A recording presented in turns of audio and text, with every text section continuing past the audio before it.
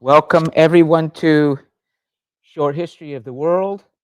And on the big board behind me right now, we have been looking at for the last few minutes some animation from Assassin's Creed and the video game that everyone I think is familiar with except your professor. I've never played it, but I know of it.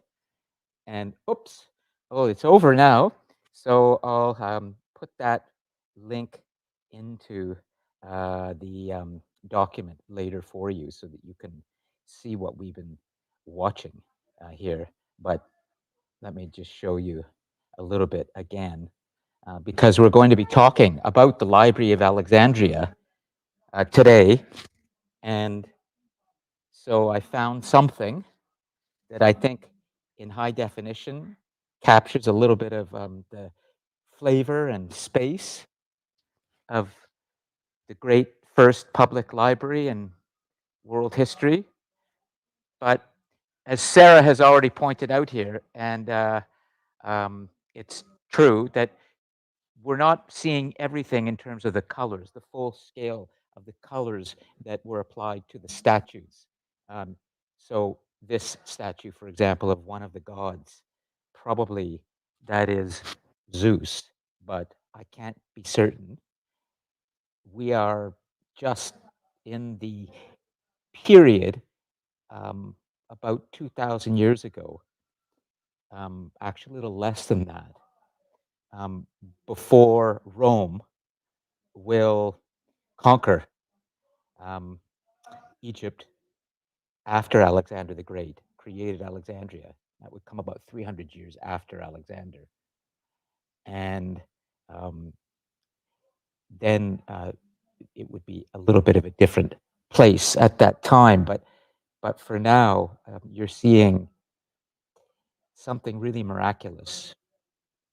And I think Assassin's Creed captures a little bit of that. And, you know, this is before Jesus and Christianity and the idea of monotheism or a single God had come to the human story. So all of these different gods and figures and statues that have been recreated, and I'm not sure exactly how accurately, if they were placed at the top of the stairs or there were stairs quite like this, but this definitely gives a sense of the lavishness and beauty and and really scale of human history. And it's a good thing to remember that we don't necessarily live in the best time in history right now. We think progress is unfolding and things get better and better, but walking through this space as this animator is doing right now and putting in the Greek voices of people speaking and the birds chirping outside and the horses and the around and in Alexandria and feeling something of these 500,000 scrolls, even more. It's estimated there might have been about 800,000 scrolls of so much human knowledge had been contained in this space before the Romans then eventually burnt it down. So thank you, the animator in Assassin's Creed, for bringing this and bringing history to life. And I'm just going to stop this for a moment and get things teed up for our big class today, because I think that I have the balance right now in terms of how the class is going to be delivered today. So first, let's just check in with the cosmos and see if everything is working, and it should be. I will just make one little, yeah, there. So Stephen is with us. Great, Stephen. He comes to every class, and I know that we're connected. Stephen, can you just jump on your microphone for a second just to make sure it's working properly? Just say hello. Hello. Great. Okay. So Stephen's there. Excellent. All of that is working, and whoever else joins us online synchronously will be heard if they want to be heard. We have the connection. The live chat's up there. So let me just tell you today what we're going to do. Okay. As you know, short history of the world and what happens in this space called the global classroom is a work in progress. We are really attempting to create something special for the world of education here, and we think we've got a winning formula, largely because students are telling us we have it. And we're hoping to present what we're doing here at the World Expo in Japan in 2025 as an indication of what's possible in education and technology today. So thank you for always being patient and making your suggestions about what's working and what isn't, particularly in your reflections. There's been some very good reflections where students have reflected on the course itself in terms of those first three classes. What they felt was standing out was this format, and they provided their perspective on this, and it was very helpful. Last week, Miriam and John uh, also gave some good feedback in terms of ensuring that the debates that we have don't get out of hand. But at the same time, I need to remind all of you that they will get out of hand, and they have to get out of hand because that's what makes for a great class. And I actually spoke to um, Miriam briefly after the class, or at least via email, and she mentioned to me that she wanted to just make it clear that in no way was she saying that she wanted the interaction to stop.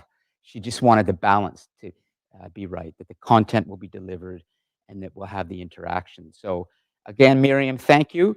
You'll be watching the recording, I guess. And John, for your comments. Essentially, listening to you and listening to others, I've concluded that today what we should do is I will give a really good 40-minute or so lecture, and I will give you the critical content. And I've really tried this week to edit things down so that I can deliver that critical content that takes us essentially up to what's called the Children's Crusade in human civilization around 1212 AD. So I have to take you from the beginnings of the first societies around 9,000 years ago to 1212 in 45 minutes. I'm going to only be scratching the surface. But nonetheless, there is a story here to tell you, and I think you will still understand what the story is. But when that's done, say around noon, then we're going to have our discussion, and we're going to take what we explored in the lecture, put student here, student here. I will come into here. There will be one or two students on the smart board there, and we're going to interact and debate if we have to what the meaning was of what I presented to you. And I think that this, if it's done well today, it should work. We will have essentially half the class is the lecture, and half class is the interaction. And then by the end, we will have some great notes that will come from our interaction, and we will make sure those notes are organized, and then we will pop those into the class folder on DC Connect. So essentially 3 parts to the class. There's a lecture, there's a really good interaction, and then there's the take up of those notes, and then we're done. Now, we are starting a little bit late right now, because of just the way I was setting up today, but normally at 11:10 in the future, when we start officially, I will jump right into the lecture. I'll start. And that way, by noon or even 10 to 12 or 5 to 12, you will know that at that time, we're gonna start the interaction. And if I'm not where I need to be in terms of content by that time, I will stop the content and get to the interaction. And I can always review next week what was missed. I really believe, based on what all of you have been saying in your reflections and just my own instincts, that the interaction part is critical, is maybe the most important part. But got to give you the content. Okay? Finally, I would say before I start, because I'm only scratching the surface, there's so much material I can't bring to these lectures. If you would like more, come and talk to me, and I can always provide you with books, recorded lectures. There's just an immense amount of material that I have over the years from my library, from creating this story. But I think in the tip of the iceberg that I will be giving you in this lecture, you will still get what is very critical. There's something very important to tell about our story, the human story, and that will come out in the lectures. But for those of you who are more keen, who have a lot more to give and say and want more from history, come talk to me. I can always provide you with more, okay? Good. Okay, great. Well, then, why don't I, just before I jump in and really begin the lecture, I will at least touch base with you to make sure. Let me just make sure this is teed up here. Hold on a second. I just want to get this over here. I don't want to. Yeah, good. Okay. And everything's working there. If I want to, I just refresh it there, and then I can see we're good on YouTube. I don't want to lose that. We're good on Toria. Great. Okay. So everything's there. Let me just get up here. Will be the notes over there, and that would be here. Good. Okay. Wow, thank you. We have a friend of the Global Classroom, Nicole, who is sitting over here, who has been drawing on the smartboard, and you are always welcome to do that, Nicole. I probably don't need to tell you, I am a huge champion of creativity, and it's not because that's the way I think I am built and what's in my bones, but I truly believe that it's what makes us special as humans, how much we can create. So Nicole just started drawing things there, and anybody's welcome to go and draw the smartboard at any time. So are there any questions? Is there anything that you'd like to bring to the class's attention before we begin? I'd just like to say to those of you watching online, there are students sitting around the couches as well. They're here, but just know that they are here and they're part of our community. I always like people, if they can't, to sit in the couches so everyone can see them, but you don't have to, okay? As long as all of you online know that they're here and they're part of our learning community. Great. Hi, Nico. So let me just check in. Stephen, is there anything you want to bring to our attention before we begin? Nope. Let's see. Okay. Everything good there? Okay, so I guess not. And I know you can always speak if you want to.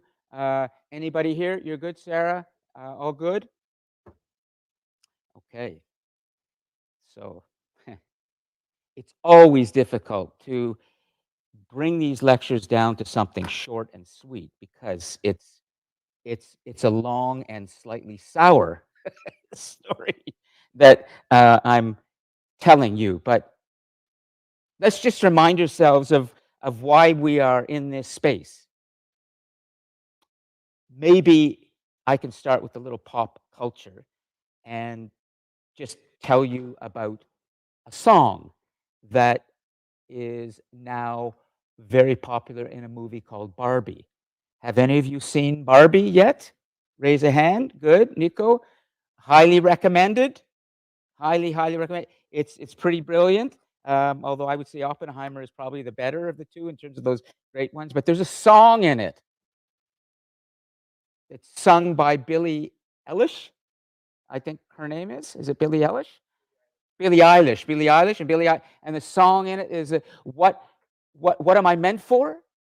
What am I meant for? What am I something? But it's Barbie having an identity crisis.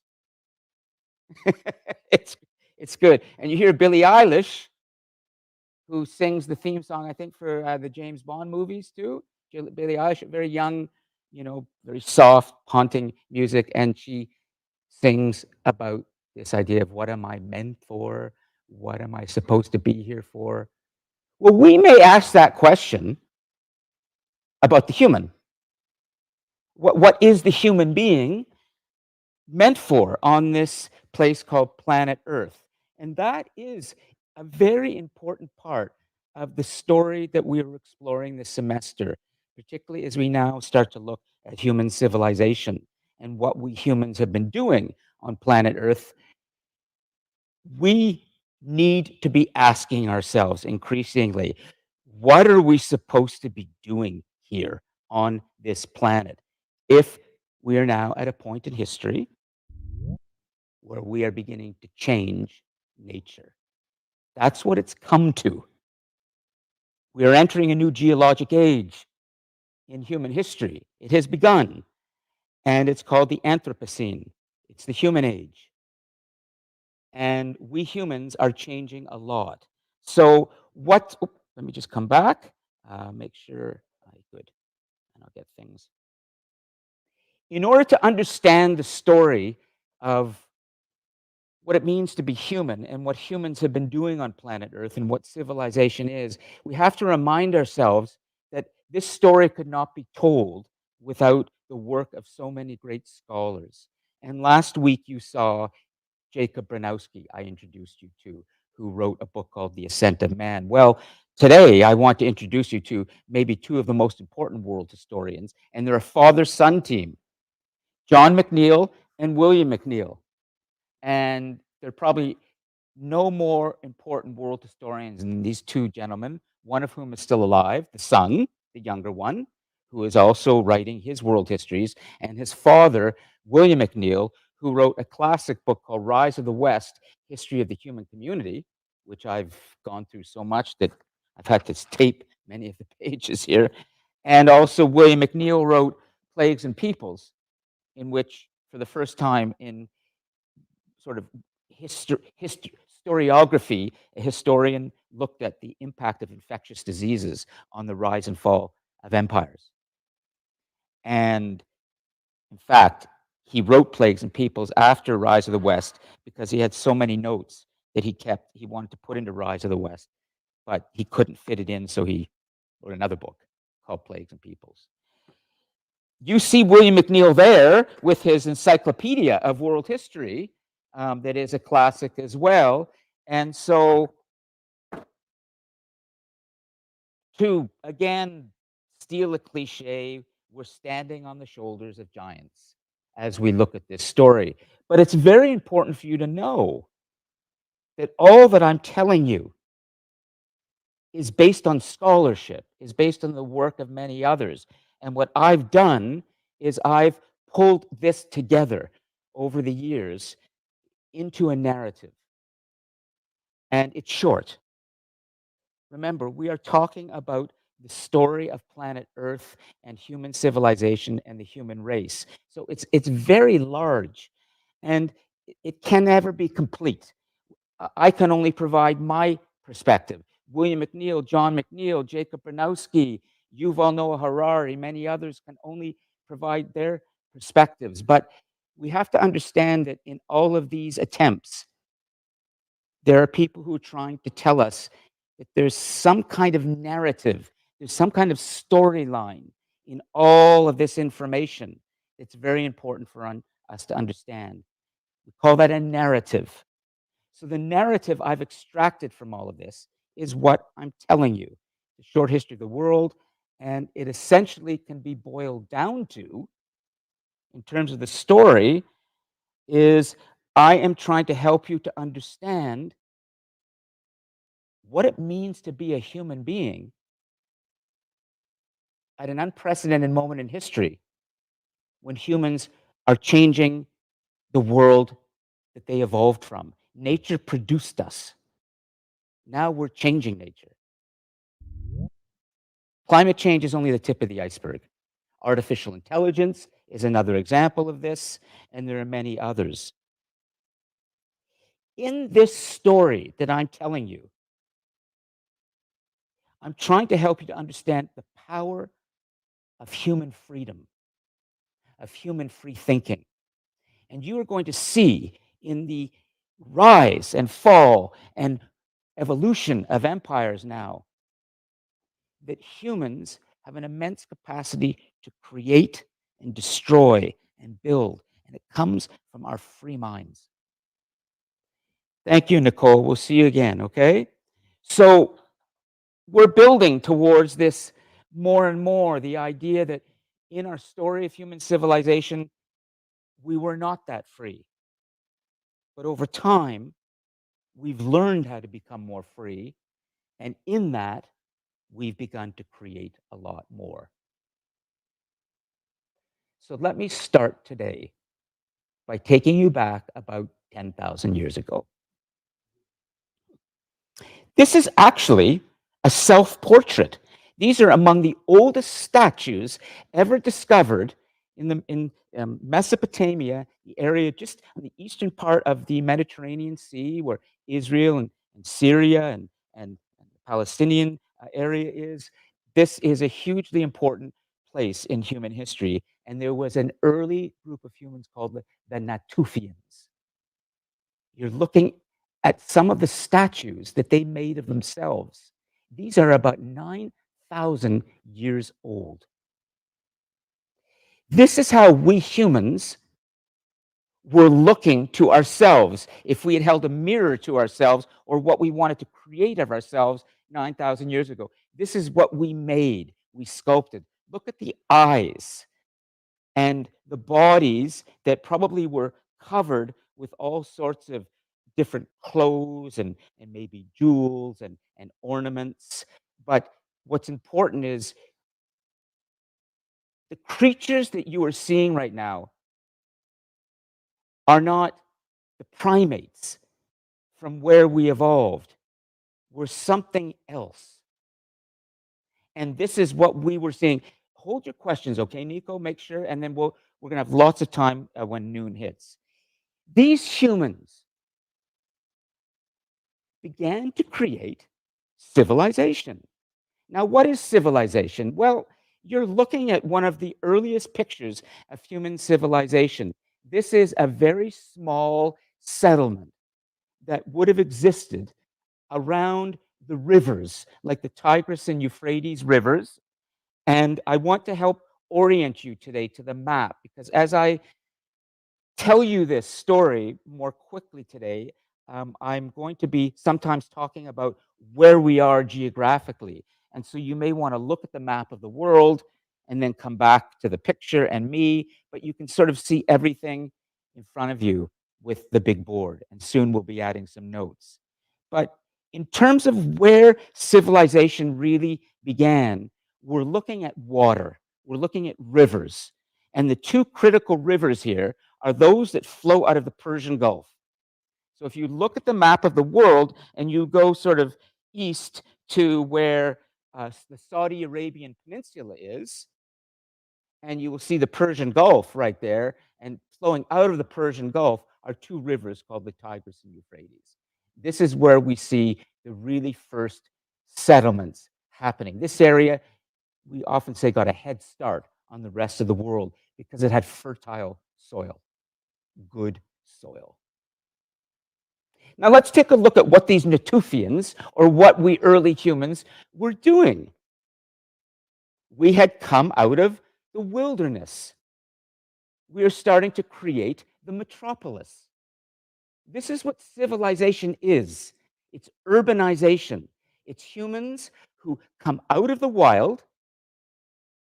They have figured out how to domesticate, to control the animals that they have been killing and skinning and using. Now they're starting to bring together and breed. These animals are being brought together along with the plants that the humans are beginning to domesticate, so that instead of chasing after things, we're bringing things to us and we're settling down around water, around rivers, where we can grow things.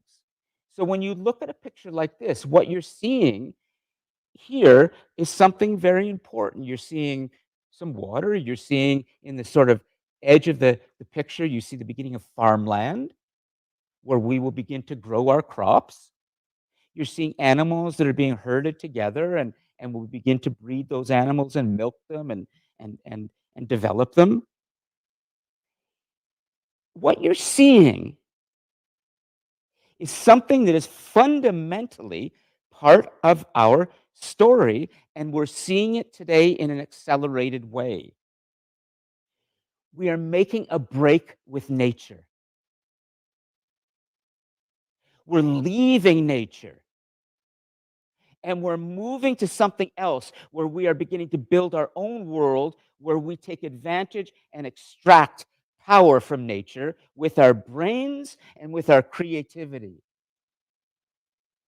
This is a hard idea to understand, but it's extremely important. For example, when we talk about what we started to do with animals, we talk about beasts of burden. The animals become our early machines. We created a plow, for example, and that was harnessed to an animal. And that animal then begins to, to be driven across the farmland where we are growing things, and the productivity of that 1 acre of farmland can grow 10 times or 15 times more food than if we'd been chasing after it in the wild. So productivity is increasing. It's sometimes hard to understand that the things we're going through today actually are not new. They're just scaled up. We often say that the only thing that changes in history is that the scale gets bigger and the cost goes up. The consequences of what we do go up. But in terms of the forces that are driving us, our desire to produce, our desire to create, our desire for more power, our desire to use plants and animals, the flora and the fauna, and these things to give us more. This is fundamental in our story, and we're doing this today in a much greater capacity. Think, for example, of the women in the Americas who began to understand something about a thing called teosinte. And it's actually a sort of good example of what we humans were doing with plants in general, whether it was, the grasses were starting to grow, whether it's, wheat or rye or barley or millet, the seeds that we begun to plant and grow on our farms. In the Americas, which started to develop a little bit later than in Mesopotamia or the land between the Tigris and Euphrates, women were the ones largely who were going into the forests and they were testing seeds, eating them, and seeing what tasted good, what didn't taste right, what seemed to be worth testing. And eventually, in teosinte, for example, you're looking at, teosinte was just one example of something that in nature is very hard. It's very chewy. It's very starchy. But we humans figured out that you take that, and over time, we change it into this. Do you know that corn is not naturally grown in the wild? Corn was created by humans from teosinte. So whenever you see corn, or whenever we talk about the great empires, indigenous empires, or the American empires that built so much of their trade and growth on maize or corn, we have to remember that it started with something that humans, had done. Where are we? That humans had done in a kind of genetic modification. We took a seed that was in the wild, we took it out of the wild, and we started to grow it, and then we kind of tinkered with it to make it tastier, and gradually we get this. What is so different from this than artificial intelligence? What is so different from the idea of a human being today who is born with a certain identity or born with something, a limb or something that they do not want or do not feel right with, and they want to change it? This is what we do all the time.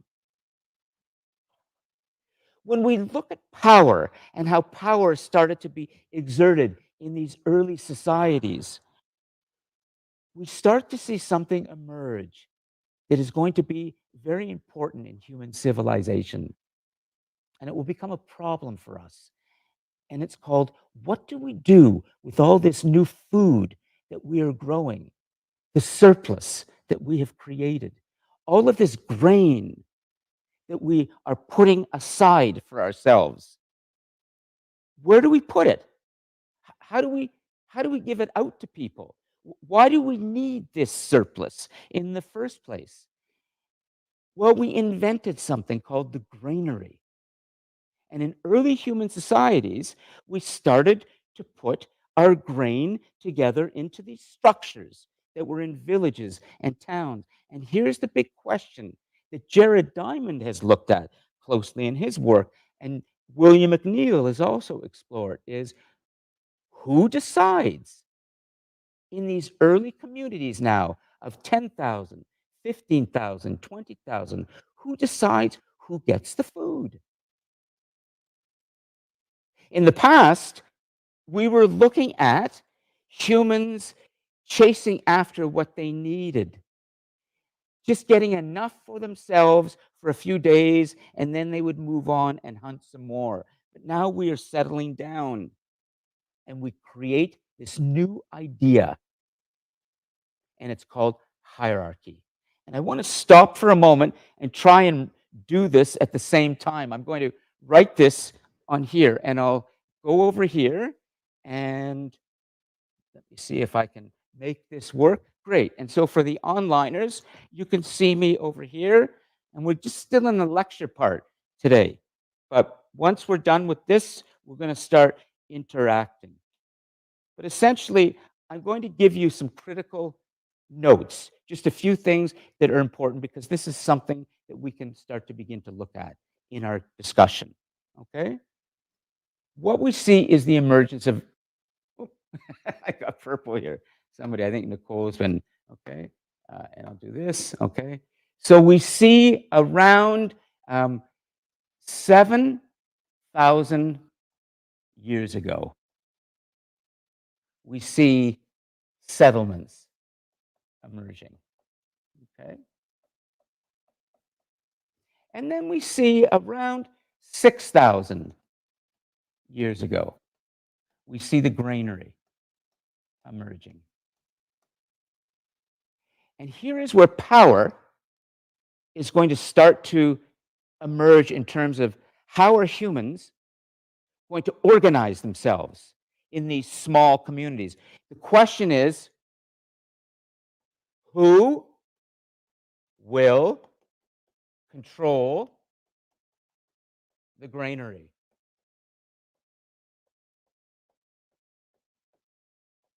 And the fundamental question that is going to emerge right now is, who will rule? So this is kind of working. I'll come back here. Who is going to be deciding who gets the food? And in this, we see the emergence of government. Well, guess what we did? We didn't choose democracy at all.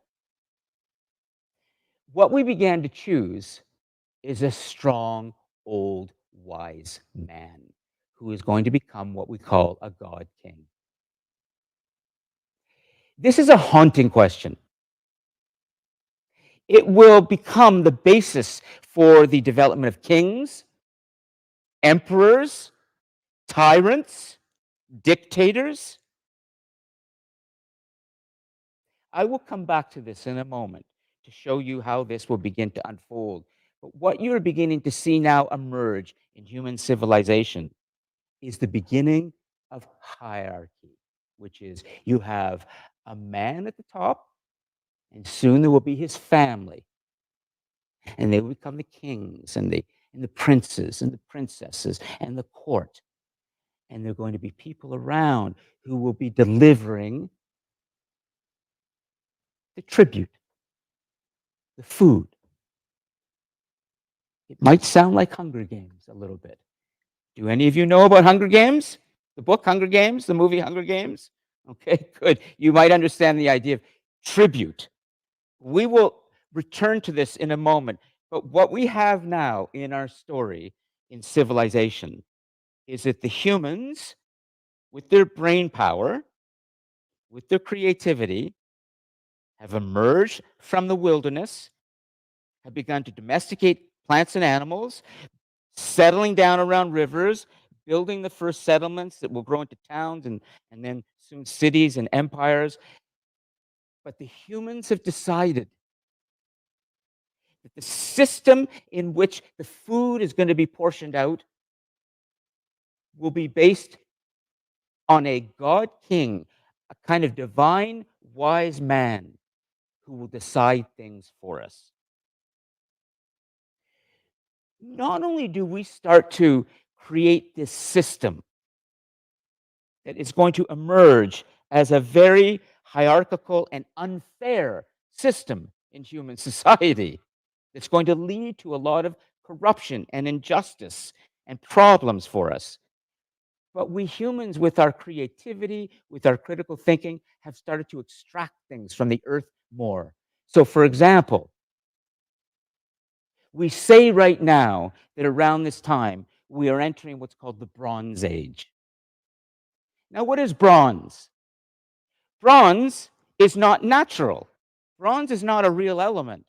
Bronze is an alloy. It's made of copper and it's made of tin. And what we humans did is we got the copper out of the earth, we got the tin out of the earth, and we combined it into something stronger called bronze. We did exactly with the elements what we did with teosinte. We took a natural thing, we play with it and shape it, and it becomes something else. Is it making sense? Normally, when we talk about human society and world history, we go something like this. There was the Stone Age, and then there was the Copper Age, and then there was the Bronze Age, and then we start to get into sort of prehistory, and then history happens when there's writing, and then we start to get ancient Sumer, and we get the Greco-Roman cultures, and then we start to see the medieval world emerging, and Europe rising, and Industrial Revolution. All of this is coming. I can tell you all about that.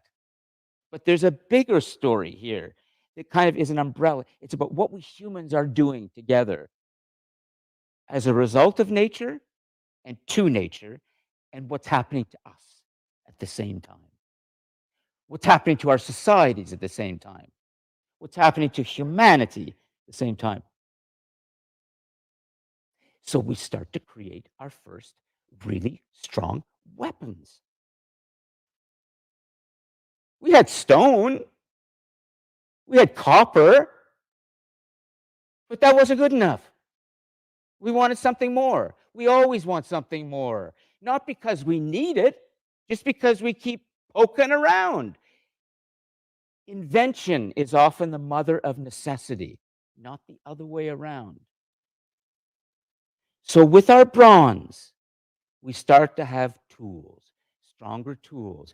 And our little settlements in that area called Mesopotamia, but it could have been around the Indus River in the area of what is now India and Pakistan. It could have been around the Yellow River in China. Soon it will be the Nile River in Egypt. It could be the other Gulf of Mexico in the Americas. We start to see emerging more developed settlements. And the granary has grown into, at least in Mesopotamia, what's called the ziggurat. And I always love to write this word, okay? So take a look at this picture for a moment, and you'll see something in a city that has emerged. And we see the granary equals now the ziggurat.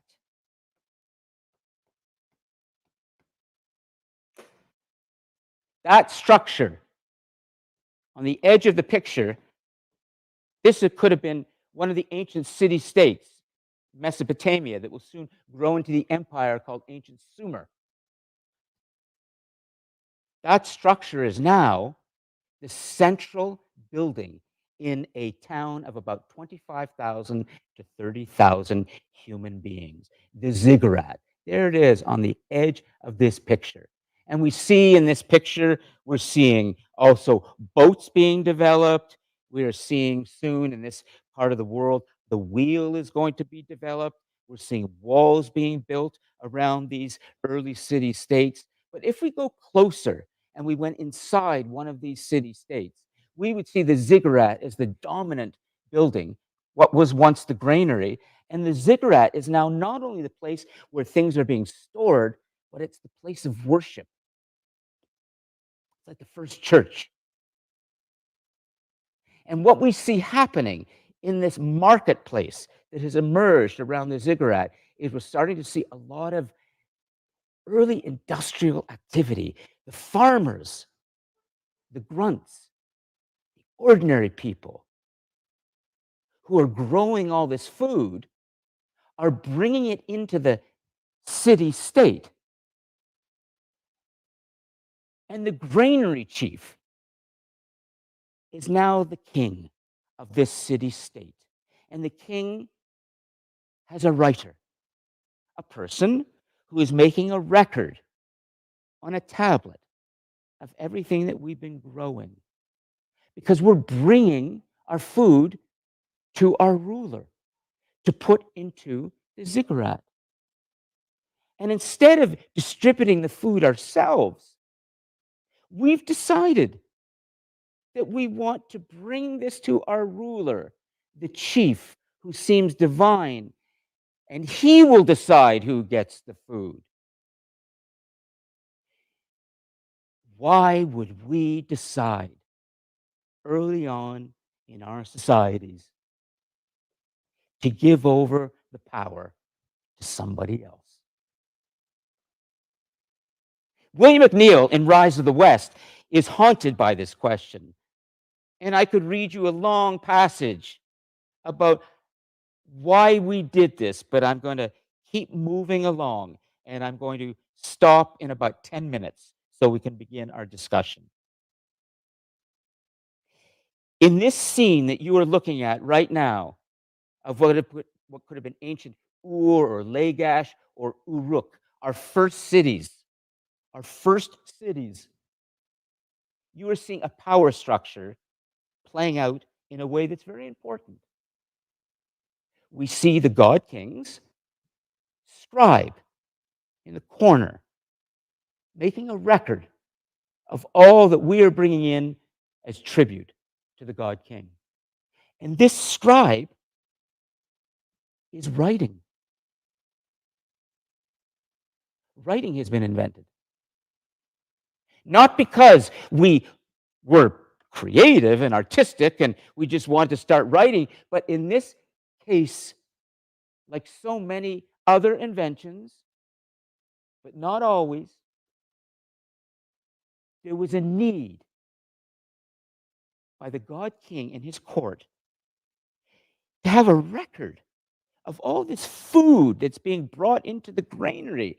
There's so much rye and so much millet and so much wheat being brought in for the granary. We can't keep track of this. How do we do that? Well, the court figured out writing. Maybe the most important human invention of many, many human inventions. Here's what they did. You are looking at one of the earliest records of writing. It's called cuneiform, and it was invented in Mesopotamia by the first great human empire called ancient Sumer. It was these city-states who came together that were all along the Tigris and Euphrates rivers, like Babylon, Ur, Lagash. They're all going to come together, sometimes fighting, sometimes not, sometimes trading, sometimes not, through their boats, bringing each other things. And they're going to create a new system of record keeping. You take a hard piece of grass from the riverbank, You make it a stylus. You kind of turn that grass into something at the tip, which has a kind of a point on it. It's called a stylus. You take a piece of clay, and that clay is sufficiently soft. And you make little pictures of the things that were being traded. A hand is for the handshake. Piece of grain in the middle of that is the grain. We see on this humans beginning to take what they were saying in spoken language and making a record of it. And guess what kind of power that would give us? But we didn't get that power. The God King and his court had that. And they didn't give it to us. They didn't share it with us. This new power we began to see developing in many parts of the world independently. The Chinese, for example, they began to put right on the backs of turtles, turtle shells. And think of the power.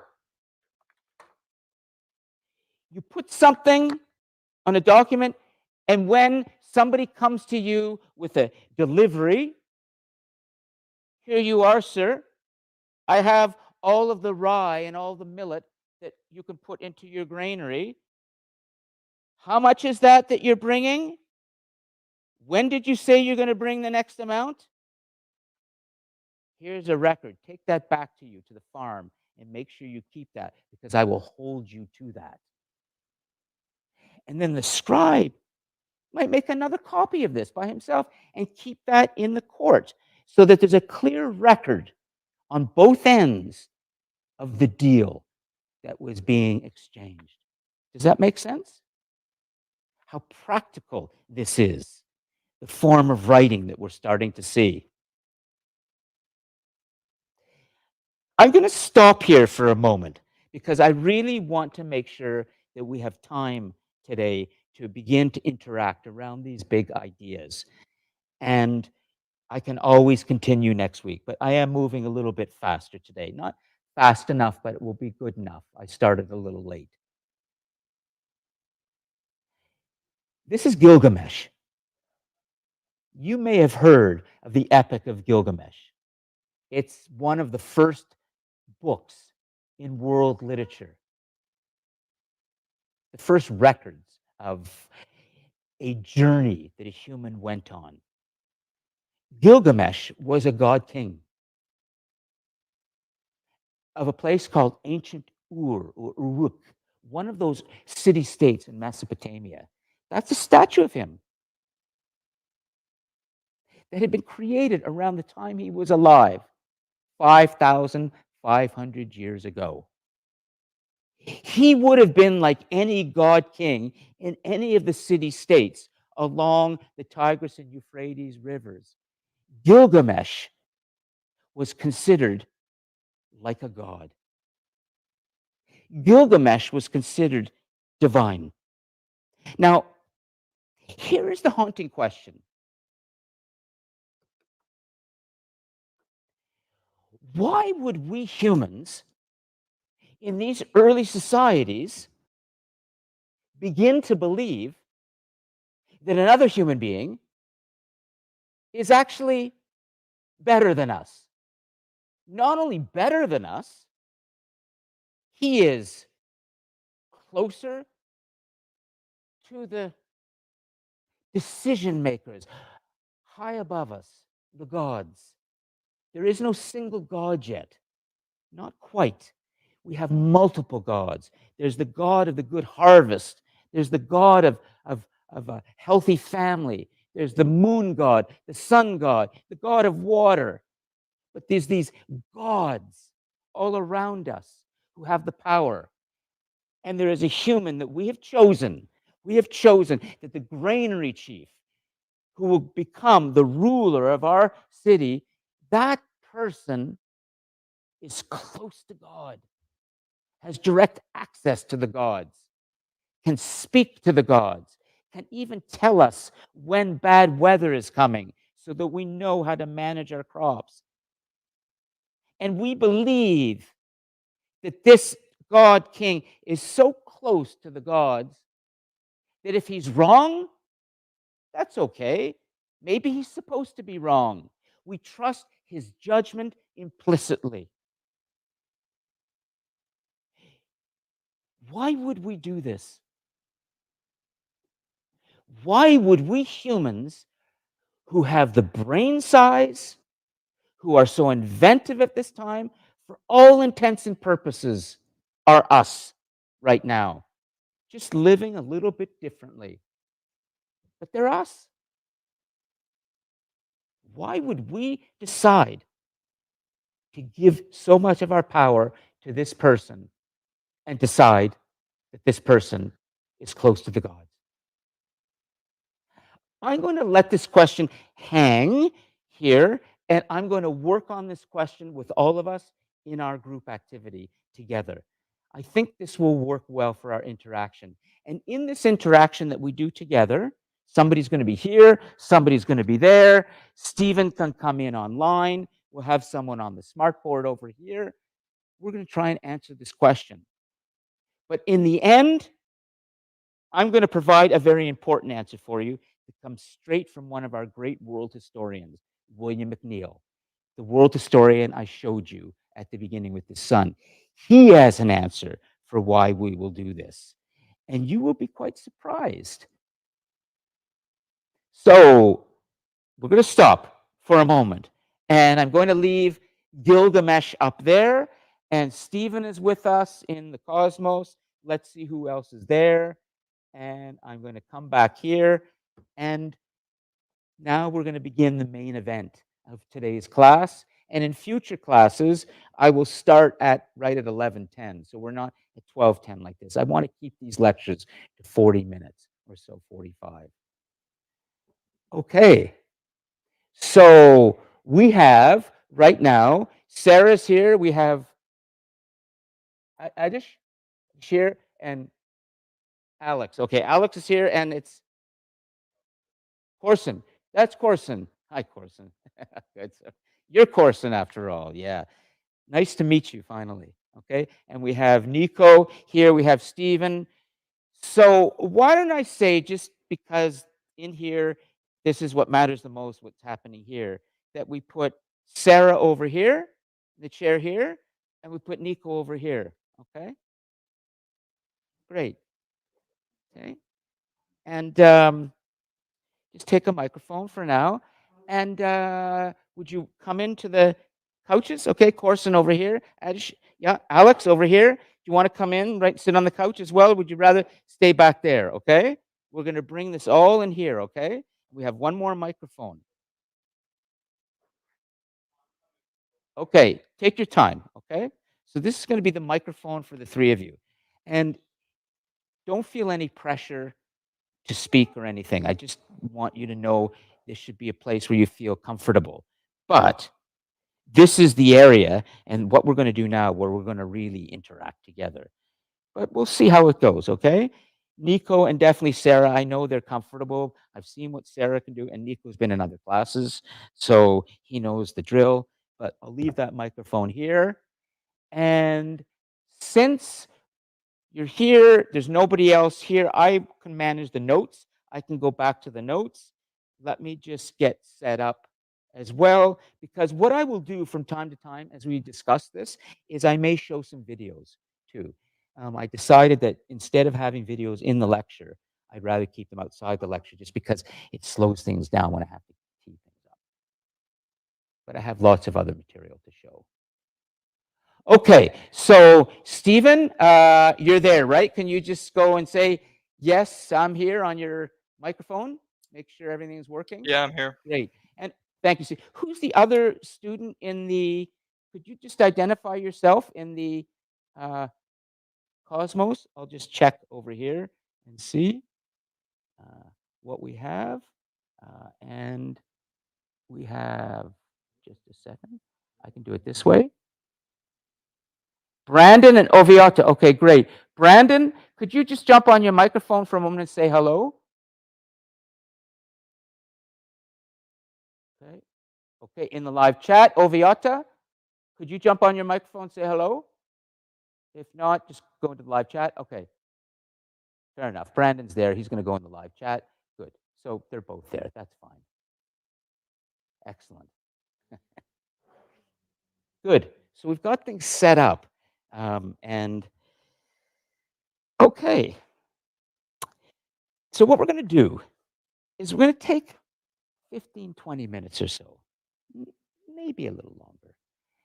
We're going to try and answer this question. And in this question, we can go anywhere we want. But I will help bring you back to the story that we're telling. And if there's any material that I'd like to present, or even anything that you think from online that you've seen or whatever, that let us know, and I can always go there and try to put it up on the big board, okay? But the idea is that we're trying to understand, why did we give the power over?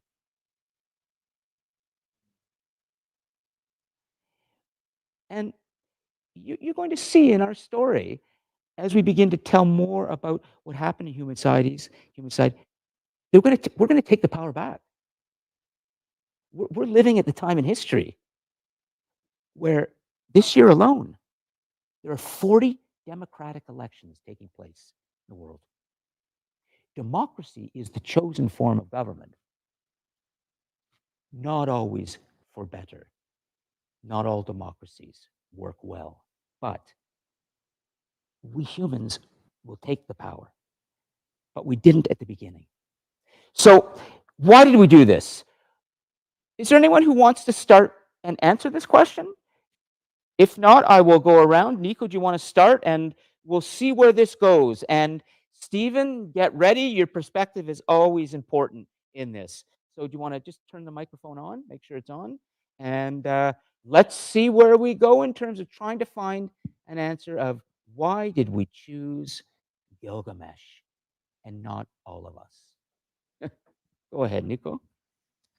Well, it's definitely a hard thing to like even try to answer in the first place. Good. I like hard questions. Mm.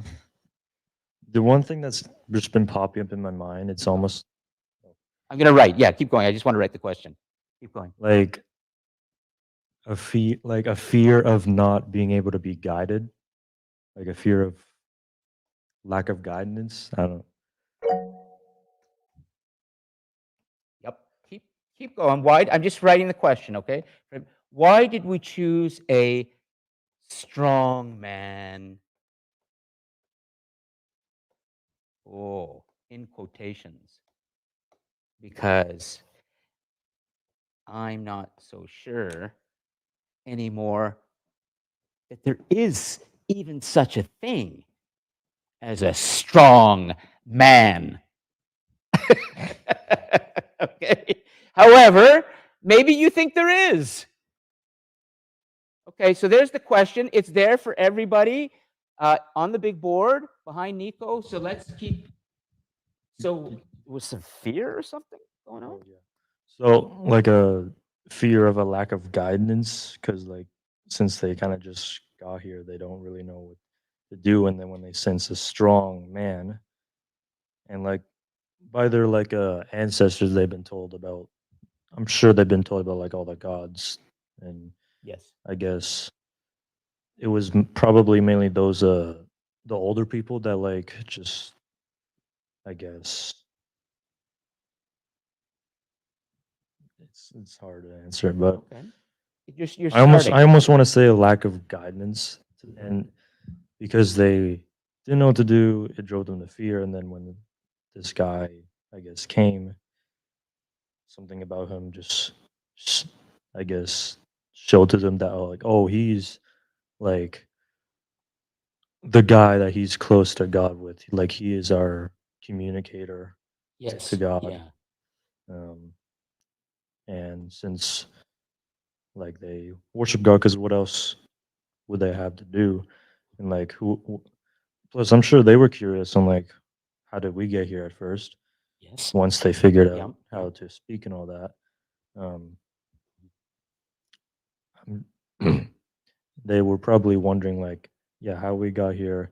And since this guy is quote unquote closer to God, and like I said, they can know this communicator, maybe they can know what God Yeah. wants. Okay, fair enough. So therefore, it's guidance. Guidance. It's guidance. Okay, so and maybe we were sort of children in a way in terms of the way we viewed power, that we wanted somebody else to be helping us because we didn't have the confidence somehow. But okay, let's It might be keep human- going. We'll go around. Yeah. Might be human instinct as well. Like you know how a bunch of like wolves are. They pick one pack leader. Mm-hmm. I'm not. Say the alpha male sometimes. Yeah. That has been a term that's been used. Yeah. And maybe I think that like I guess like all like let's say all of them are gathered together and like, oh, okay, the strongest man will lead us here because like some people need a leader, and a leader will not create not like they'll be like unify them together, Mm-hmm. or is supposed to at least. um and yeah, and they just like they pick the alpha male, and Okay. I find it a bit silly word, but This is great. Thank you for starting this. These are big, basic questions. And I've got an Go idea. ahead. So before we settled down into cities, Yes. right? We were nomadic, Yes. right? Traveling around, finding the food, and Hunter gathering. and it was it was difficult because you would basically you would exert 2,000 calories in order to find 2,000 calories, and you weren't getting ahead anywhere. When someone finally decided to settle down somewhere and cultivate the land and stuff like that, it was the person who was strong that was defending the land and saying, this is my land, put a fence around it, and this is mine, and if you want it, you have to do what I say. And I think that other people would look and say, well, this person has a lot of stuff. They've got lots of extra food, so they must be closer to God because God's blessing them, right? And then I think it maybe just sort of evolved from there, and then it became sort of expected that, well, we're going to need someone like that, especially because when you get more people living in the same place, you have a harder time agreeing on something. Absolutely.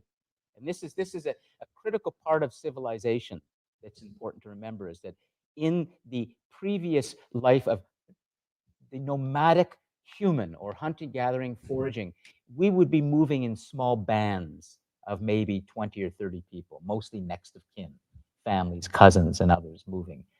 And it was very often egalitarian. The women and the men had shared power. There was a lot more understanding, because we were blood relations, of what each of us wanted and what we thought. But when we started to get people gathering in bigger places, they were no longer just relatives anymore. We would get thousands of people together who had to decide what to do. And that required a new form of governance, a new form of control. And it's often said that it's in civilization, it's in what we humans created to organize ourselves, that we see the seeds of injustice, inequality, cruelty, and constant warfare. I just want to repeat this for a second. Some of you may be under the impression that there's something called human nature, that there's something in us all that we can never change. And some of you may think that that thing is called violence. If you look at the world around you today, there's a lot of violence, a lot of savagery, a lot of inhumanity, killing and slaughter and deliberate murder of whole cultures of people. It would be very easy to say, that's just humans being humans. No, actually. world historians have shown us, particularly Jared Diamond, that the violence and conflict began increasingly in our civilized societies, that in the wild, in more natural cultures, we see less violence, more compassion, we see more equality, not less. Of course, we see conflict, but not to the extent that we see it now. In other words, there is nothing innately savage or violent or cruel about humans. It's what we have created that has made us this way. Is that making sense? Excellent. Very interesting way of looking at things. So this is why we need to understand this idea of power and government and civilization. Stephen has something to say. Great, Stephen, please go ahead. Yeah, so I actually agree with Nico on this. The reason why strongmen, authoritarian figures have kind of dominated throughout most of human history, I think, is because people want guidance more than they want freedom. Hmm. And, you know, in times of crisis, strongmen, authoritarians, they're always the better choice. Maybe some people would disagree, but Hmm. would you rather like some, you know, Democrat like Justin Trudeau lead a country, or would you want like, I don't know, who's a good example?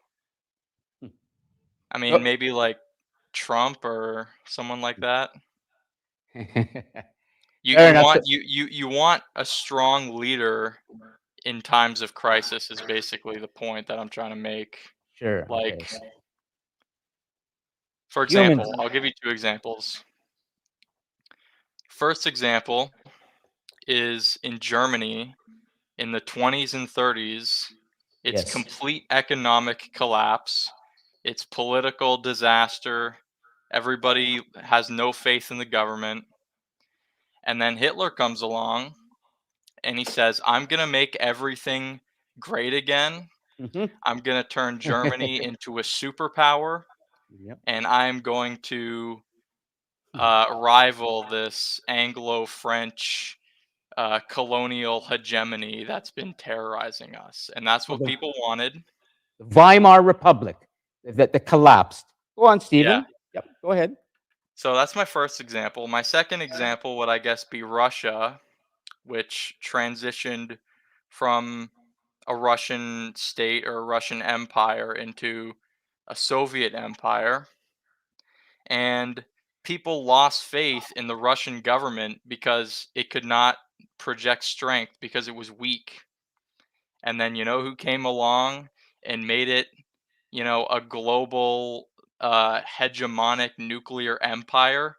It was a man of steel. It was Stalin, a strongman, authoritarian figure who turned to the country. He industrialized the country. He built an army, and he prepared for a land war against the Germans, who eventually invaded and failed. And, you know, do you think a democracy would have gotten that done? Do you think if Russia was a democracy, they would have won the war? Well, I think that Stephen is asking a great question, and I will answer it briefly, but then come back to all of you that we are still in the civilization portion of the lecture today. There's another chapter coming called Awakenings of Power, when we humans begin to change this paradigm of the God King. And the shining example of how powerful a democracy can be, how powerful its military can be, and how important it can be in world history is ancient Greece. And we're going to be coming to that next week. I was hoping to get there today. So we have a Greek right here, okay? And Nico can speak to this, and maybe his father might even come into the class at some point. Greece, as Stephen probably knows, but I will show you in some detail, drew its strength from its freedom. And so the idea that we need a man of steel, we need a tyrant, we need a dictator, we need an emperor, we need a Napoleon, an Adolf Hitler, a Stalin, a Gilgamesh to bring order to our cultures and to give us strength is not quite true. History has examples. But what we will see in our story is freedom is more fragile than you think. That the freedom you have right now to think what you think, to do what you want, is not a given thing. It has been fought for and delivered to you, but is extremely fragile because there are forces always in our story of authoritarianism, of Stephen mentioned hegemony, hegemonic forces. These are forces of power that will unite, and they're often figures, male figures, who make us think that we need them. And if we give over to that, then we lose our freedoms. And we have to be very careful because we might do that. And William McNeill is going to tell us why we did that in a moment, why we would give over our freedoms when we didn't have to. We were good farmers. We were smart. We were already figuring out how to cultivate our land and domesticate our animals. We were not children. We were irrigating our land. We figured out how to bring water. But we did this. We gave our power over.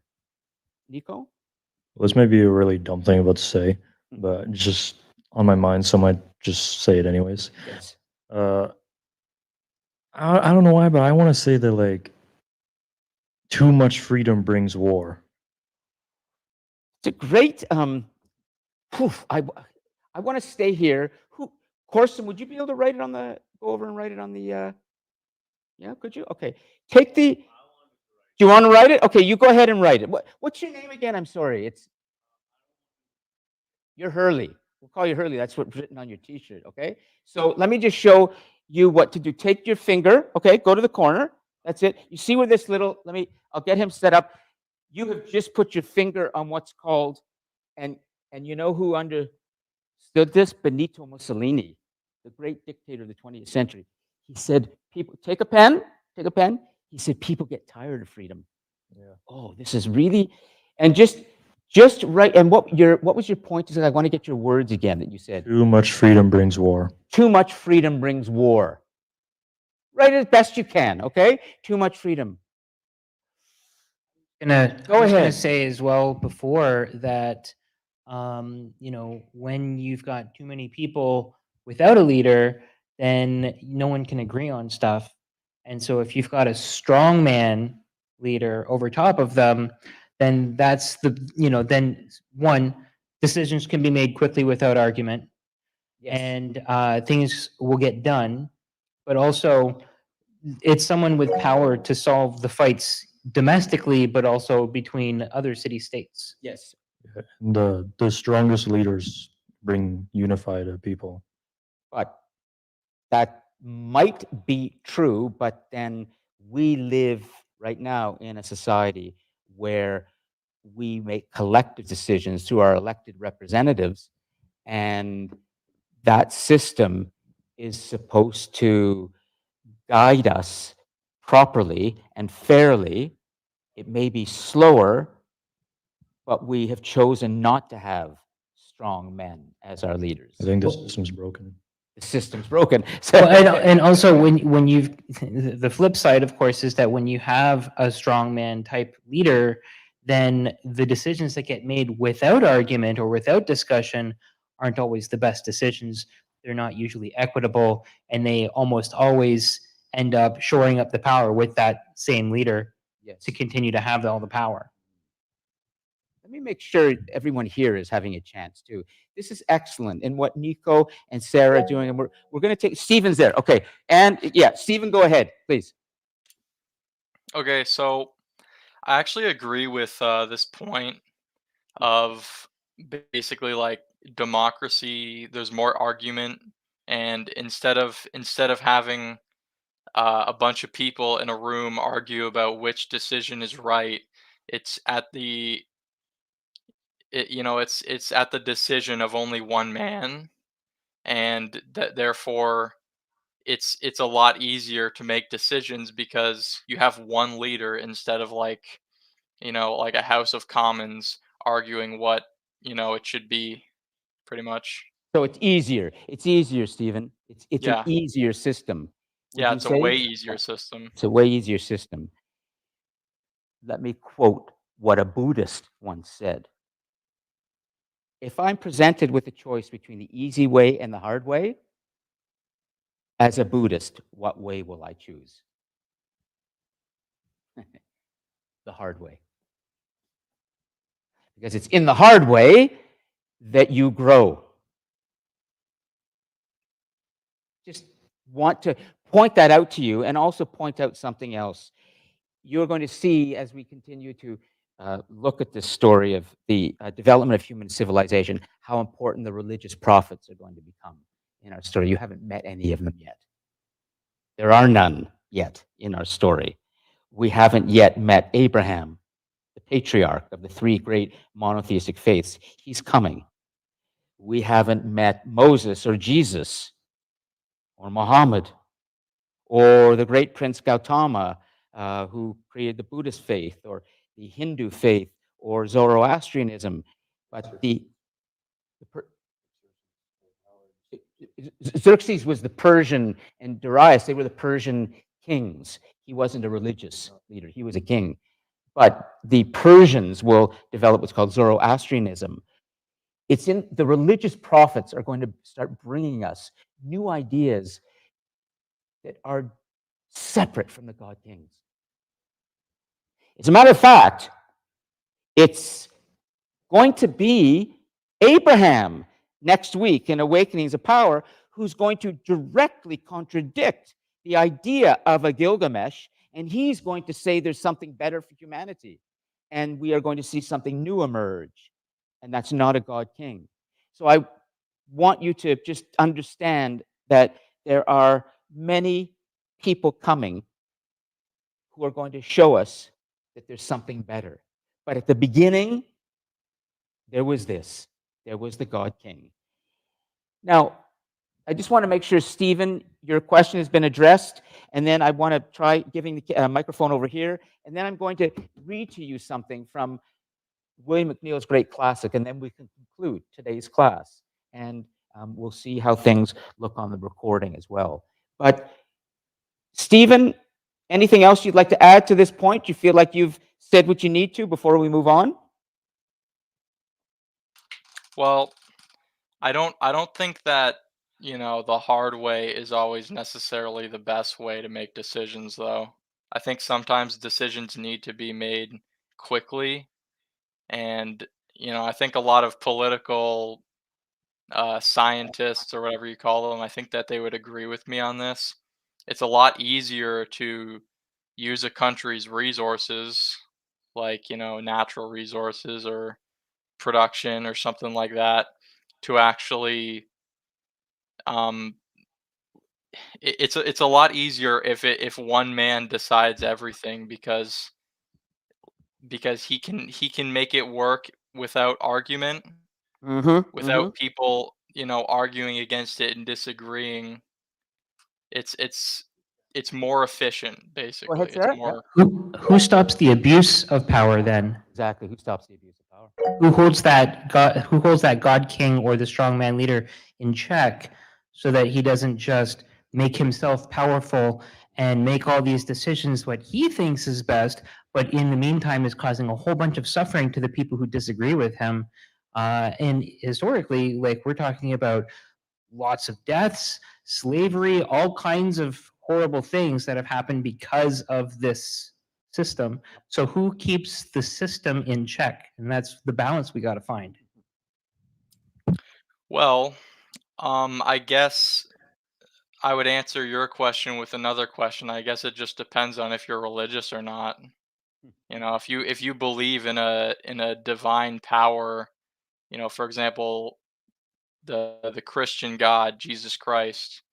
If you believe in a God that's going to hold you accountable for what you do, every single thing that you do on the earth when you're alive, after you die, this Or God will hold you accountable. You're going to listen to your conscience, and you're going to, well, Sure, theoretically, you should that's listen to your fine for conscience. after you die, but like who keeps the Hitlers in check? Now, who keeps the people from Nobody. getting killed? Right? And that's where this system breaks down. Okay, but what's if there's opposition, then like there's no point in having a strong leader because the leader's not strong because people can just oppose him, and like he like there's arguments, and it's inefficient, and there's just, well, what's the point of having a dictator at that point? Well, exactly. What's the point of a dictator when there's so much risk of an abuse of power like that? And that's why The point that's the not a point is perfect that system, the and there should dictator be a is the leader. balance. Hold on. Let me stop for a sec. This is excellent, and we're talking about something that's so important, and we're debating it. And I want to make sure that we have everybody involved best they can. And we're also approaching near the end of the class, but that's okay. So hold on. Let me just stop Stephen and Sarah for a second to make sure that Oviata, who had Oviata, come on in, and then we'll come back to this, and we're going to bring the microphone over there. Go ahead and jump on your microphone, Oviata. Hello everyone. I'm gonna try to answer the question. Why do we need just one person to give all directives and make the important decisions? Well, over the course of history, we noticed that the way history has evolved has usually been from the nomads to settlements to what we have today. So, like Sarah said, the god kings in the past came to be from experiences other humans had had. Usually, the god kings are chosen because the connection they have, usually with the supreme beings who um, humans then believe to be the gods or a god, was very fundamental in the choosing of a king. So, like you said, Prof, Yes. the need for one who could predict the way the weather will go, the Yes. way the Yes. farming season will go. They Yes. needed someone with insights, divine insights, to provide them with that information. The guidance was really important because then technology had not advanced to the point of knowing what and what not to plant, what would be beneficial for a season. So they needed someone who had the experience, who had divine instructions to direct them on the things, on decisions like that. Yes. Also, you made mention of the ziggurat. Yes. It would not be correct to say one person was in charge of that because there are a lot of mm, I won't want to bring a movie perspective into this, but from most of the things I've watched, usually the people just decide, a few group of people. It's usually not just one person. Like in old Egypt, there were usually a set of people who were in charge of storing of grains, storing of weapons. So it wasn't just one person. And to the second question, if an authoritarian rule is better than democracy, or Yes. if um, Russia would have been as powerful as it is if it was a democratic nation. I could totally agree with um, Stephen, but it really doesn't make sense to say one person would bring all the change, all the necessary change. First of all, we are humans, and we're bound to fault at some point. So Yes. the need for a balance, the need for checks to neutralize the power of one person is so important, or else the system would go in disarray. Like I said, I'm a Black person, and Yes. I'm actually from Nigeria. Yes. So I I tend to liken a lot of the scenarios here to what happens back in my country. Mhm.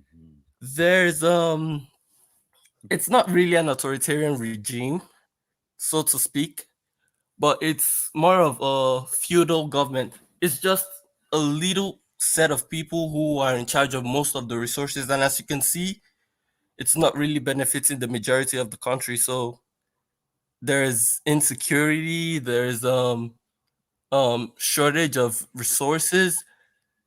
Everything's just mismanaged. So that's why we need a democratic government in place. Hmm. Over Well, history, Can I, Obiato, can I stop you for a second? Because I want to make sure you're making so many good points. And there's also some important takeaway here that I want to provide you. And we're actually almost out of time, too. And it's good to end when maybe things are going well, because that means we can just pick up where we left off next class. But Obiato makes a very good point about a system that he's identified. It's called an oligarchy. You have a group of people who are ruling. I just want to step back for a moment and just remind you of what we've been doing today, okay? Like just the bigger picture. So you all know we've begun to look at the beginnings of human civilization. And there's no greater question to ask when we talk about civilization, and that is who should rule? Who will be in control in these new societies? Fundamental question. And we've been exploring that today. We've learned that the system we chose was a system in which there was one figure, a God king, and that system is going to grow into what we often call demagoguery or despotism or monarchy or one man rule. But there will be many other systems that are going to start to emerge too over time. Oligarchy, democracy, for example, theocracy will emerge too, which is the rule by a religious group of people that we see in Iran today. Religious clergy are in control. But I just want to, for the sake of making sure you're clear about what we were doing today, that the focus, we've been exploring this idea of who should rule in these societies. And this is excellent what Nico has been bringing, and Sarah, and always Stephen has good points to make.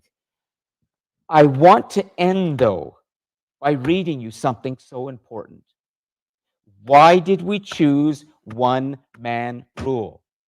Why did we begin to embed that single man with divine features? This is very important. William McNeill has an answer to this. He studied this question for many years. Now, before I read you this, and then we will conclude, is there anything here that you would like, Alex Corson, are you good? Anything you'd like to add? Yeah, I want to make sure this is, and if I have to, I will wait and read this at the beginning of next week's class. The critical thing is that you all have an opportunity to engage with these big ideas. Okay, it's very, very important. Okay, Alex, go ahead. It's on. Okay, I'll be the leader and I'll bring down the gas prices. Alex, go ahead. Yeah. All right, so I think like earlier on in history, we decide to go with like one leader to like control everything, because at the beginning we are like, as society as a whole, we're not like as educated as say that one person, Yes. and then over time more people will become more educated, and that's why we see people wanting to take back the power from say that one person. And I think education is where we want guidance. So then we, Say that again. what he was saying, education, I'm saying like that's where we want guidance. So then we pick a leader. But Alex has a point. We are going to see there's an arc, a trajectory in human history, in human civilization. We start with the divine rights of kings and queens, and it's going to evolve slowly but surely to the divine rights of all human beings. In other words, divineness will be taken from that one or two individuals, and we will have it in all of us. And we will become our own gods, our own prophets, and our own kings. We might call that education. You're right, Alex, but we're going to get there eventually. But do you think that it's inevitable, Alex, that we're going to return one day to this way of ruling ourselves? Mm, Do you think it's going to happen again? it's possible for sure. Like if Huh.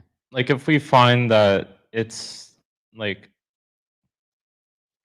how we're doing like democracy and everything becomes ineffective because we all can't like decide on a certain thing to do, not we'd figure having one person to decide something would just be more effective, and that's possible.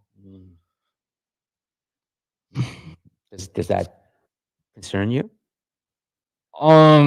It ultimately depends on who, like, if you have like one person in charge, if you know they will actually act in benefit of everyone, that's what really matters.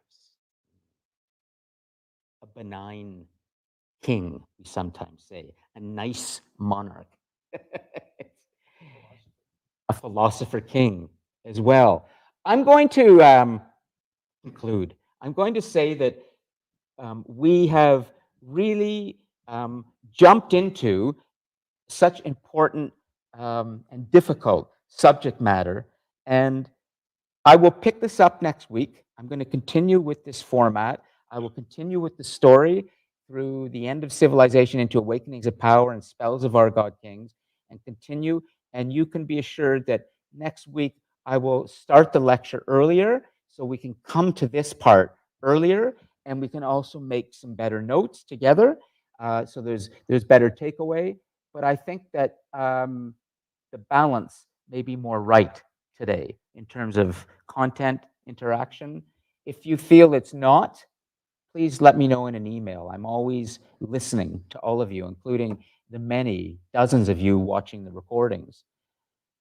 Finally, I will say to Stephen and Oveyata and Brandon and those in the Cosmos, thank you as well for coming in and giving of yourselves and your insights. You are saying in your reflections that you learn from each other. And students are watching these recordings and they are liking when they hear what other students have to say. They learn from you. So it's very possible that somebody is going to write the reflection, the second reflection, on what Sarah said, or what Alex said, or what Nico said. And this to me is great. We're learning from each other.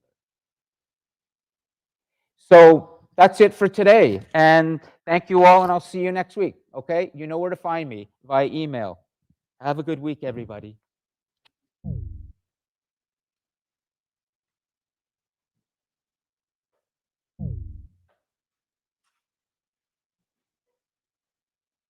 Okay. Let me save this.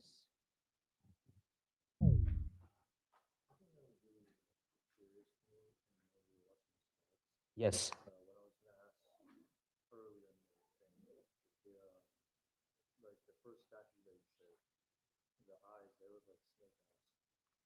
Yeah. You always ask interesting questions. Yeah. Yeah. Well, they would have, cats and dogs were domesticated very early. So it's possible they had cats and dogs. And I don't know about snakes and what kind of animals, but dogs and cats were domesticated very early. But I think you're right. They're more like a snake size. And I think it's more that there's something about the eyes, just generally human eyes, that were considered sort of sacred. But I can't tell you exactly why the Natufians were painting their eyes that way. What do you say? Only personal responsibility of each and oneself is the way to claim the power back. Absolutely. Yeah. Well, that's coming from a wise person. make sure you save that. Would you save that, and then maybe you can bring that to the review next week? Because that's a nice way of summarizing what I'm talking about. Anyways, okay, good. Let me just end this, and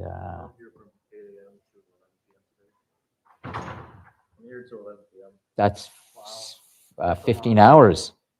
Whoa. Okay, we'll get some.